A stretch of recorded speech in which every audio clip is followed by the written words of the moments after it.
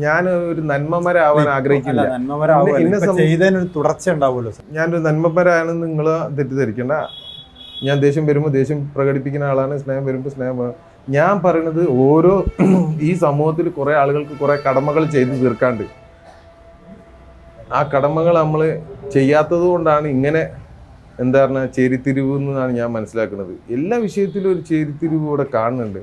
അപ്പം എന്താ പറഞ്ഞാൽ ആരും അത് അഡ്രസ്സ് ചെയ്യില്ല. പക്ഷെ അത് പോകെ പോകെ വലിയൊരു ദുരന്തത്തിലേക്ക് വന്ന് ഇതാവും. ആരും മോശക്കാരല്ല.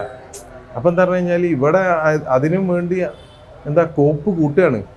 അപ്പം നമ്മളെന്താക്കണോ അതിന് ഒറ്റ മാർഗമുള്ളൂ, നിങ്ങൾ സ്നേഹത്തോട് കൂടിയിട്ട് എന്താക്കുക അങ്ങോട്ട്. നമുക്കിപ്പോൾ ഒരു വിദ്വേഷം ഉണ്ടെങ്കിൽ നമ്മൾ സ്നേഹം പ്രകടിപ്പിച്ച് നോക്കി, അത് അലിഞ്ഞു പോകും.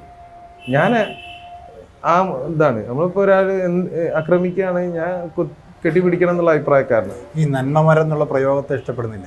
ഇല്ല, തീരെ ഇഷ്ടപ്പെടില്ല. അങ്ങനെ ടാഗ് ലൈൻ ആക്കിയിട്ട് ഇത് പോരുത്. നമ്മൾ എന്താണ് അങ്ങനെ ഒരു ടാഗ് ലൈൻ? ഒരു ടാഗ് ലൈനും പറ്റില്ല. ഒരു ടാഗ് ലൈൻ മനാഫ് തന്നെ. അതേമാതിരി തന്നെ സാറ് തന്നെ. സാറും ഇതേമാതിരി എന്താണ്, നമുക്ക് രംഗത്തേക്ക് ഇറങ്ങി നോക്കാന്നേ.